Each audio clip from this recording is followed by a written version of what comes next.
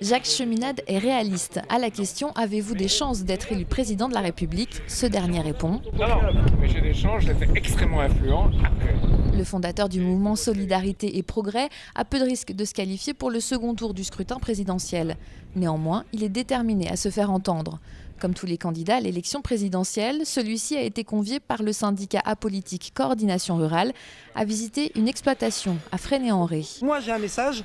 Donc petit candidat ou grand candidat, c'est pas tellement ça le plus important, parce qu'il a quand même des fonctions politiques, il a quand même un rôle au niveau d'État, et il a le mérite au moins de se déplacer sur une exploitation, voilà, sur quelque chose de concret, quoi. Et pour le monde agricole, le candidat a plusieurs propositions, comme la réorganisation de la PAC, la promotion des biotechnologies, ou encore la fin de la spéculation sur les denrées alimentaires. Il faut rétablir un système dans lequel l'autosuffisance et le développement intérieur de la production sont encouragés, pas seulement en France, dans le monde entier, et qu'on ne livre pas aux marchés financiers qui spéculent sur ce 10% l'économie agricole dans le monde. On ne peut pas jouer les paysans les uns contre les autres dans le monde, il faut que leur intérêt soit défendu partout. Voilà un an que Jacques Cheminade est en campagne et pour l'épauler, il peut compter sur près de 400 militants en province, comme Chérine à ses côtés depuis 10 ans. On est très bien reçus, puisque comme je disais, il y a une attente. Donc c'est le moment où les gens se disent « Ah bah tiens, je vais aller voir ce qu'il y a de nouveau ». Donc ils prennent, ils partent un petit peu comme des petits pains en ce moment. Jacques Cheminade se présente pour la 3e fois à une élection présidentielle.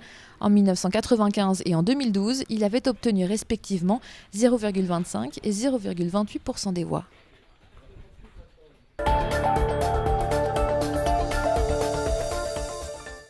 La douceur de la vie nantaise serait-elle en train de péricliter ? L'opposition estime en tout cas que comparé aux années 2000, Nantes n'est plus la même aujourd'hui. Bien sûr, notre ville reste agréable, mais elle a beaucoup souffert des images de guérilla urbaine qui ont circulé en boucle sur les chaînes d'information dans le cadre de la loi travail et des 22 manifestations que nous avons connues au printemps 2016. Échauffourée à répétition au printemps dernier, mais également moment de tension à Malakoff ou encore au Breil ces derniers mois. Laurence Garnier critique le bilan sécuritaire de la majorité depuis 3 ans. Elle regrette notamment la mise en place tardive de la vidéoprotection annoncée pour la fin 2018. La vidéoprotection ne réglera pas toutes les questions d'insécurité, d'intranquillité à Nantes. Pour autant, on sait aujourd'hui qu'elle contribue à une forme de prévention, qu'elle contribue à élucider aussi des enquêtes. Et donc dans le contexte que nous connaissons aujourd'hui, des coups de feu encore très récemment, au Breil, à Malakoff, dans tous ces secteurs-là, je crois que les habitants ont droit à cette sécurité qui est finalement la première des libertés. Autre point noir du premier bilan de Johanna Rolland, selon l'opposition, les finances. Le maire de Nantes est accusé d'avoir augmenté les impôts, reniant sa promesse de campagne. On a créé de cette façon 200 millions d'euros de recettes supplémentaires sur le budget, mais on a tellement augmenté les dépenses que notre capacité à investir, elle continue pendant ce temps-là de diminuer. Moins 20 millions d'euros de capacité d'investissement en 3 ans, d'après les calculs de Marc Renaume. Il reproche à la mairie de dépenser avant de faire les comptes.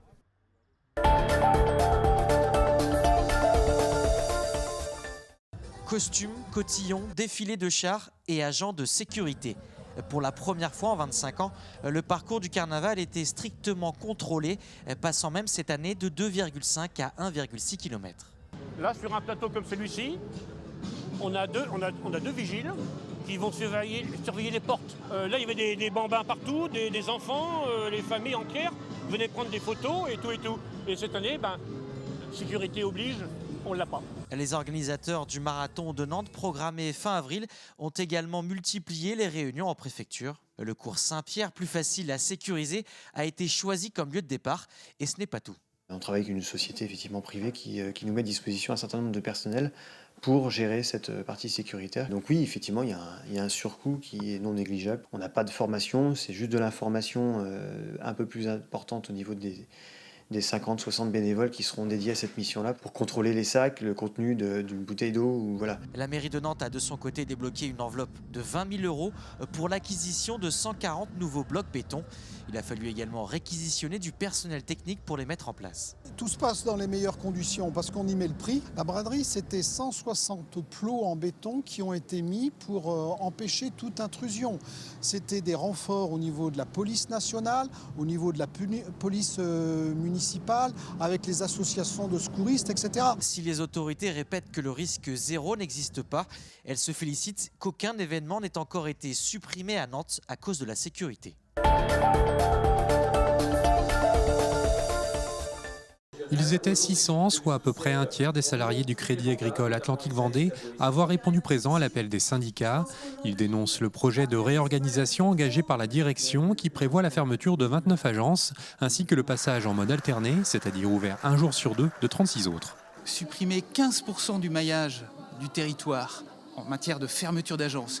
Quand il s'agit de basculer 20% des agences en fonctionnement alterné un jour sur deux, ça, par rapport à notre clientèle, par rapport à notre présence territoriale, c'est trop radical, c'est trop. Autre mesure dénoncée par les salariés, le passage à des horaires plus tardifs, avec une fin de journée passant de 18h20 à 19h. Le fait d'aller vers du 19h, c'est pour nous transformer en call center le soir. Entre 18 et 19h, c'est pas pour recevoir des clients. C'est potentiellement 66 000 contacts de plus à l'année. Et ils l'ont chiffré en rendement, en rentable, 1 400 000 € de bénéfices en plus par an. Sur le territoire des Pays de la Loire, il n'y a pratiquement aucune banque qui ferme tous les jours, tous les soirs, au-delà de 19h. C'est dans le maximum un soir par semaine. En région parisienne, Crédit Agricole Île-de-France ferme à 17h30. On peut faire le constat quand même qu'au Crédit Agricole Atlantique Vendée, depuis quelques années, il y a une forte dégradation du climat social au niveau de l'entreprise. Il y a des collaborateurs qui sont en situation de burn-out, des collaborateurs qui sont très fatigués. D'après la CFDT, en 2016, entre 10 et 15% des salariés du Crédit Agricole auraient vécu une situation de burn-out.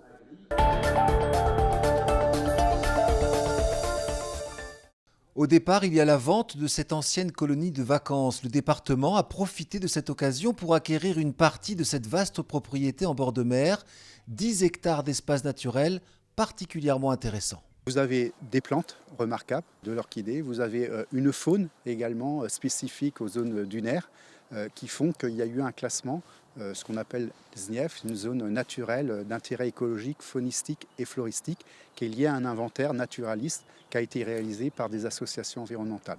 Ces espaces devenus publics vont donc être protégés et aménagés dans le respect de la biodiversité pour adapter le lieu à la pratique du parapente, à la pêche à pied ou encore aux randonnées pédestres sur le sentier des douaniers. Le rendre accessible, élargir, tout en restant, je dirais, dans un environnement bien typé. C'est-à-dire que nous, on ne veut pas en faire une autoroute sur le bord du littoral, mais garder, je dirais, un sentier adapté, je dirais, aux mobilités aujourd'hui. Et l'entretien de ces espaces naturels a été confié à des moutons et des chèvres. 130 animaux assument déjà cette mission de la façon la plus écologique qui soit. Le pâturage cultive une biodiversité floristique et faunistique intéressante, quoi. C'est tout un ensemble en fait. Les animaux par le pâturage vont aider certains organismes et micro-organismes et végétaux et animaux à vivre dans cet espace. Depuis 30 ans, le département a déjà acquis au total 30 hectares sur cette zone de la Fontaine-au-Breton et les élus entendent bien faire valoir leur droit de préemption pour élargir encore davantage ces espaces naturels à protéger.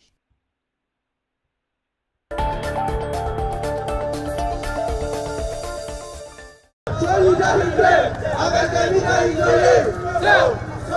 Solidarité avec les mineurs isolés. Ils sont dans une véritable impasse juridique, des étrangers isolés, déboutés du droit d'asile car les institutions ne les reconnaissent pas en tant que mineurs.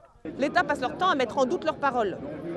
Donc au lieu d'être accueillis dans des bonnes conditions et qu'on les aide à se reconstruire et qu'on les aide à s'insérer, au départ déjà on considère qu'ils mentent. Et ce sont bien les tests de minorité qui sont pointés du doigt par ces jeunes exilés. Les critères retenus leur semblent injustes. Qui nous juge sur notre morphologie ou bien sur notre façon d'être habillé, notre manière de réfléchir, notre manière de nous exprimer en français et tout.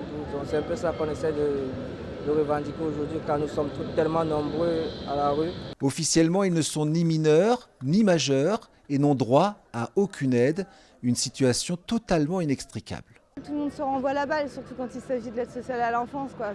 Normalement, c'est le conseil départemental qui gère, mais bon, en même temps, tout ce qui est la question de l'hébergement, ils vont nous dire que c'est pas eux, c'est la préfecture. Et donc tout le monde se renvoie la balle, la mairie, le conseil départemental, l'État, et puis ça tourne comme ça. Et finalement, tout le monde nous dit oui, on comprend bien, mais personne ne fait rien, quoi.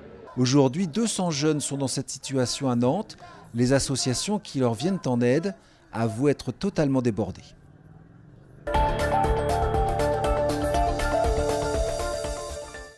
C'était il y a moins d'une semaine. Plusieurs médias révélaient l'intention de l'État de nationaliser temporairement les chantiers STX pour éviter qu'ils tombent dans le giron de Fincantieri.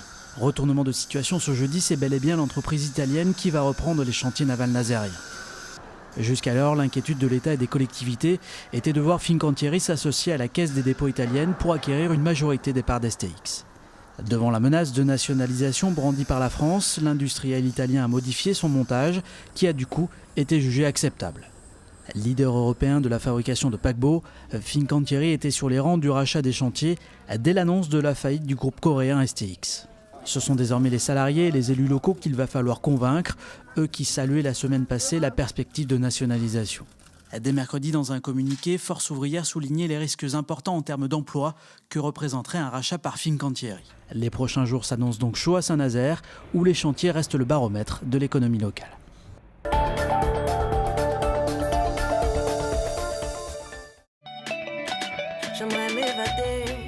Des rythmes afro-pop, mais aussi du zouk, de la salsa. La playlist est variée et c'est la signature musicale de Radio Alizé, une web radio créée il y a 8 ans qui vient tout juste d'installer un studio dans la maison de quartier des Dervalières. Une création rendue possible grâce au bureau des projets. Donc le bureau des projets a aidé Radio Alizé pour souvenir au deuxième studio qui est ici même au Dervalières, maison de quartier. Donc la subvention, ça permet de mettre en place les logiciels, les ordinateurs et puis un tour mis en place et puis des micros, des casques et tout. Et Radio Alizé a bénéficié d'une subvention de 4 300 € grâce au bureau des projets. La web radio fait partie des 82 initiatives citoyennes soutenues par le dispositif en 2016. Concrètement, les collectifs d'habitants et les associations peuvent soumettre un projet auprès du bureau des projets de leur quartier et obtenir une aide au financement. Autre exemple de réalisation, l'embellissement du pôle associatif des Hauts-Pavés avec la réalisation d'une fresque et l'installation de jardinières pédagogiques.